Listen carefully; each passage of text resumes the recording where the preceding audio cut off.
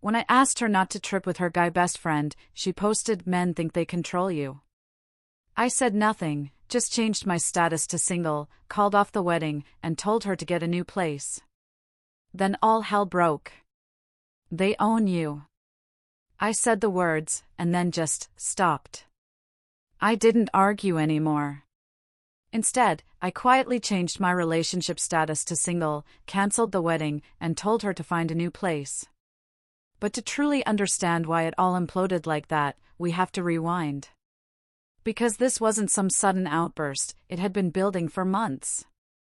That moment, the air felt thick and heavy in our apartment, the silence after my words more deafening than any argument. I remember the faint hum of the refrigerator, the distant city noises, and the cold, hard resolve settling deep in my chest. I'm 29, and until about 6 months before that night, I honestly thought my entire life was perfectly mapped out. I'd been with Chloe, my fiancée, for 4 solid years, and our wedding was set for 8 months down the line. We'd met through some mutual friends at a barbecue back in 2021, and honestly, our connection felt easy from day one. She was a marketing coordinator, I was in software development. We had this comfortable, predictable rhythm, cooking dinner together most nights, binging Netflix on weekends, dreaming about buying a house in the suburbs someday. Nothing flashy, just real, grounded happiness. Her parents loved me, my mom adored her. When I proposed last March at this cozy little cabin we rented upstate, she actually cried for like 20 minutes straight.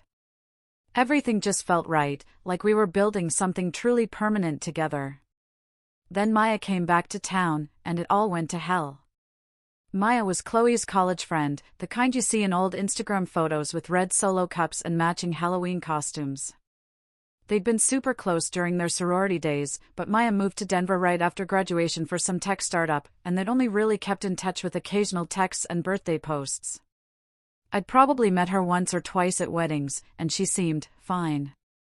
Loud, energetic, always needing to be the center of attention, but I figured she was harmless enough. But then, last September, Maya moved back to our city for a new job, and suddenly she was everywhere. Chloe was ecstatic, practically glowing, always saying how amazing it was to have her best friend back, how much catching up they had to do. I was genuinely happy for Chloe, because she'd been feeling a bit isolated. Her work friends were either married with kids or single and clubbing every weekend, neither of which really fit our lifestyle anymore. The first few weeks seemed pretty normal. They'd grab brunch on Sundays or drinks after work on Thursdays. Chloe would come home, full of stories about Maya's latest dating disaster or her crazy boss.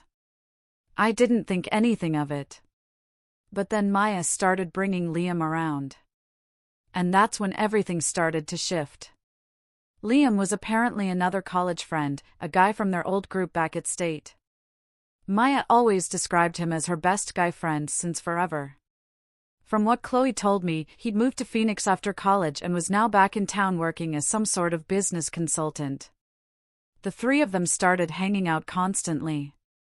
It was this whole college reunion vibe, going to their old bars, taking photos at their old campus spots, posting everything with captions like "the crew is back together."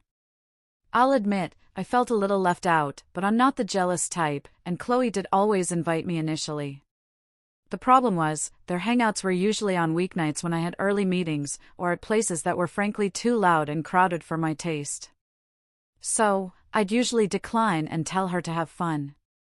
That's when things started changing in ways I couldn't ignore. Chloe had never been super into fitness, but suddenly she was waking up at 5:30 a.m. to go to this CrossFit gym Maya belonged to.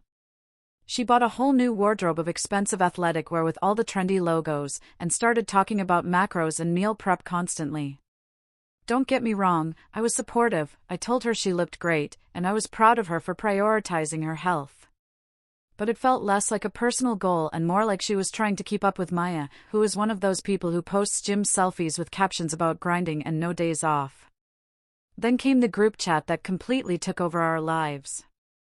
I'd be sitting next to Chloe on the couch, watching a movie, and her phone would light up every 30 seconds with messages from this chat called State Crew Forever.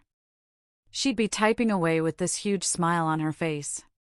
I'd ask what was so funny, and she'd just say, "Oh, just something Maya said," or "Liam is so ridiculous." but she'd never show me the messages. Her phone also suddenly had a passcode, which was completely new.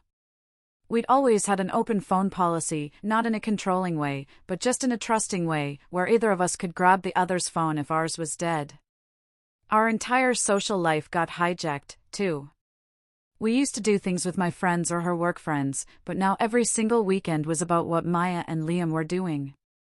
Maya wants to check out that new rooftop bar, or Liam got us tickets to this comedy show, or we're all doing brunch at that place downtown. It was always the four of us. Honestly, Liam seemed decent enough at first, maybe a little too much of that finance bro energy where everything's a humble brag about his apartment or his car or his gym routine, but friendly on the surface.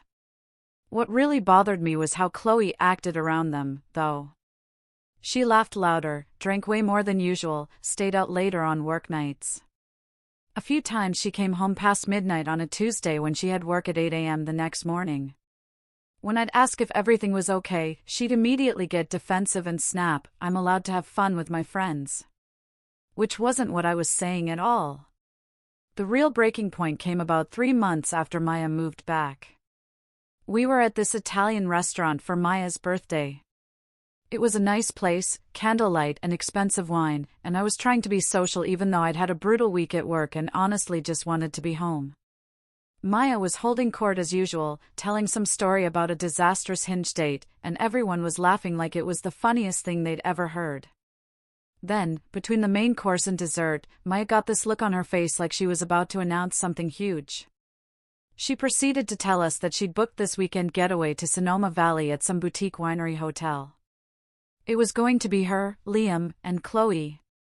Just the three of them, like old times, a whole weekend of wine tasting and spa treatments, reconnecting with their college roots. I'm sitting there, absolutely certain she's going to extend the invitation to me, but she doesn't. She just looks at Chloe with this expectant smile, and Chloe is already nodding enthusiastically like, "This is the best idea I've ever heard." I kept my voice casual when I asked if it was just the three of them going. Maya waved her hand dismissively and said something about it being a college friend's nostalgia thing. Chloe squeezed my hand under the table and told me I'd be bored anyway since I don't even like wine that much, which was true, but also completely beside the point. I didn't make a scene at the restaurant, just said we'd talk about it later, but I could feel my jaw clenching for the rest of the meal. On the drive home, I finally asked Chloe if she really thought it was appropriate to go on a romantic weekend trip with another guy while we were engaged and planning a wedding. She got immediately defensive, said Liam was just a friend and I was being insecure. I told her it wasn't about trust, it was about respect and boundaries. She said I was being controlling and that she'd already committed to going. We argued for over an hour that night, and I finally just asked her plainly not to go. She went silent for a minute, then said she'd already told Maya yes, and the hotel was already paid for. I suggested she could pay Maya back and we could do our own trip to Sonoma someday. She said I was being ridiculous and that she wasn't going to let me dictate who she could be friends with or where she could travel. We didn't speak for the rest of the night, and I slept on the couch for the first time in our entire relationship. The next morning at breakfast, she told me she was definitely going and that I needed to work on my trust issues. I tried one more time to calmly explain this wasn't about trust, but about how it looked and how it made me feel. She cut me off and said she was tired of running every little thing by me because we weren't married yet. That sentence, that one hit different. Not married yet. Like the engagement meant nothing, like our 4 years together didn't matter. I just told her she was right and walked out. I went to work and couldn't focus on anything. By lunch, I'd made up my mind, if she actually went on this trip, we were completely done. That Friday afternoon, before she even left for the airport, she posted on Instagram. It was a photo of her with a suitcase and sunglasses, looking excited, with a caption asking why men think a ring means ownership, saying she was running toward her happiness this weekend. She tagged the post with wine emojis and mentioned Sonoma with her favorite people. At least 5 people tagged me in the comments, asking if everything was okay between us. I didn't respond to anyone. I just sat in my apartment looking at that post, and something inside me went completely cold and calm. I knew exactly what I needed to do, and I had an entire weekend to do it. I spent Saturday and Sunday methodically taking care of business. First, I changed my relationship status on Facebook to single without any explanation. Then I started calling vendors. The wedding venue? Cancelled. Lost the $2,000 deposit, but I didn't care.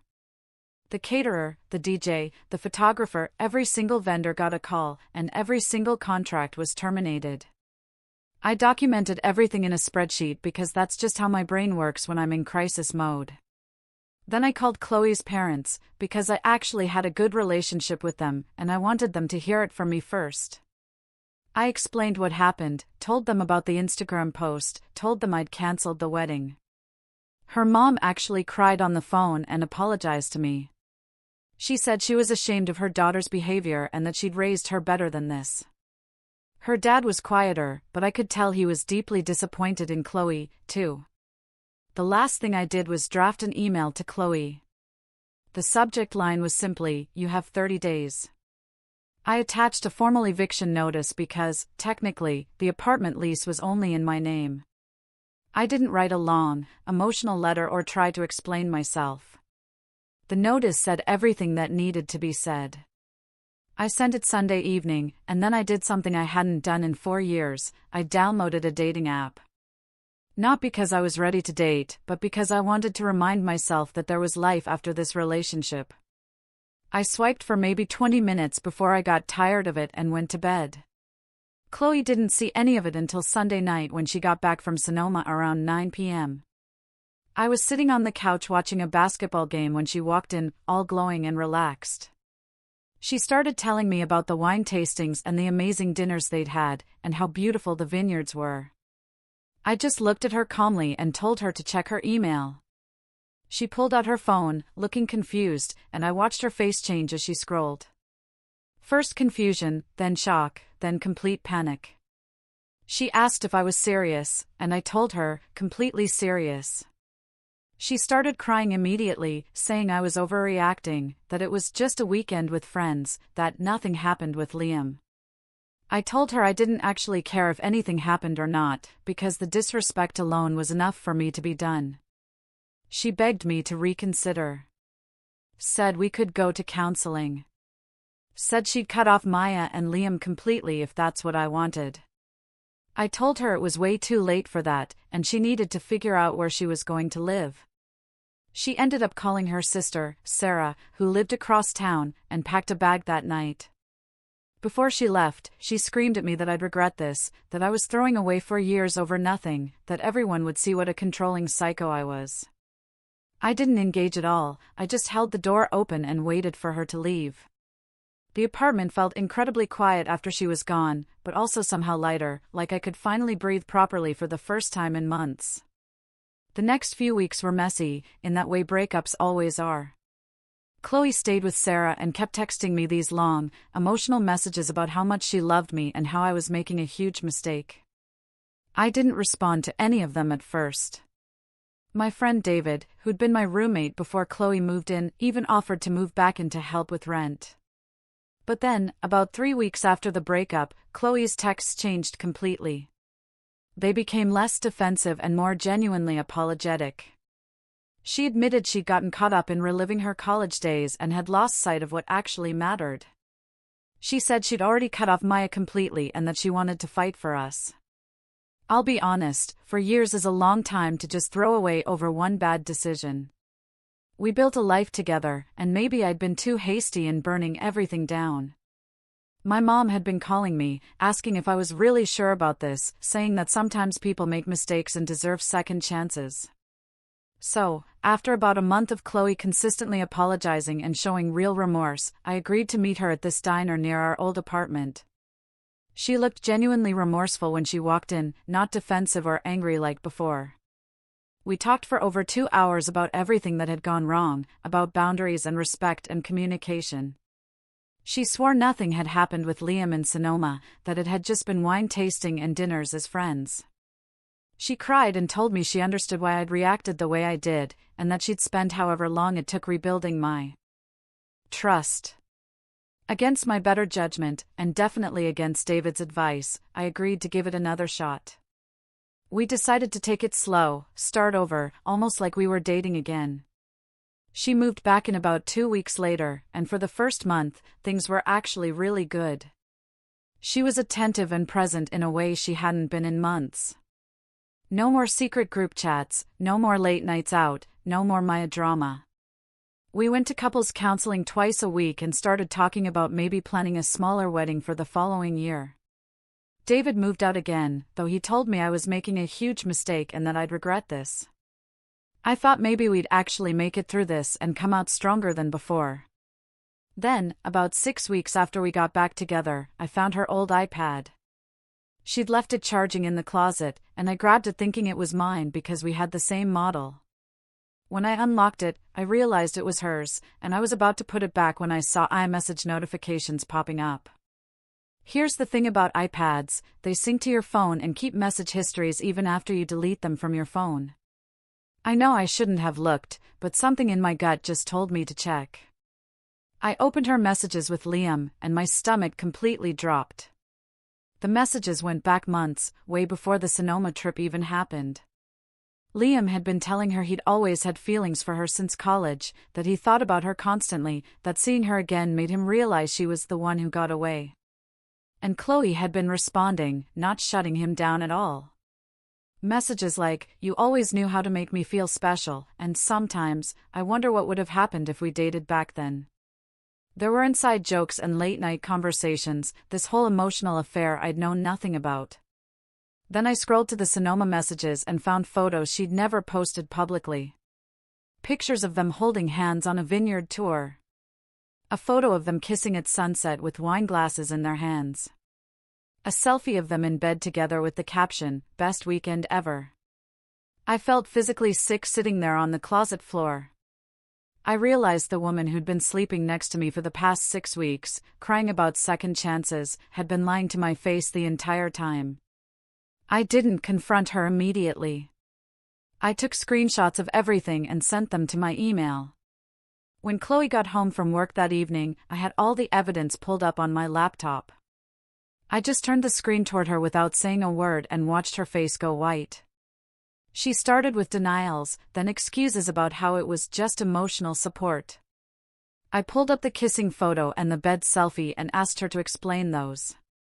She broke down crying and admitted they'd hooked up that weekend in Sonoma, but swore it was just once. I told her to pack her stuff and get out immediately. This time, there was no begging that would work, no counseling, nothing. David helped me change the locks that same night. Chloe went back to Sarah's, and I blocked her everywhere. But here's where karma really hit. About 2 weeks later, a mutual friend told me Liam had a serious girlfriend in Seattle the entire time, over 2 years together. His girlfriend found out about Sonoma and confronted him. He threw Chloe under the bus completely, said she pursued him, then blocked her everywhere. So, Chloe had destroyed our 4-year relationship for a guy who used her and ghosted her. She'd lost me, lost Liam, lost Maya, who'd been fired for fraud and was living on her sister's couch, unemployed. Meanwhile, I got promoted at work, started dating someone new named Sophia, who actually respected me, and felt better than I had in over a year. Last I heard, Chloe moved to a different city because too many people knew what she'd done. Sometimes I still think about those 4 years and wonder if any of it was real. But mostly, I'm just grateful I found out who she really was before we actually got married. What do you think? Was I wrong to give her that second chance?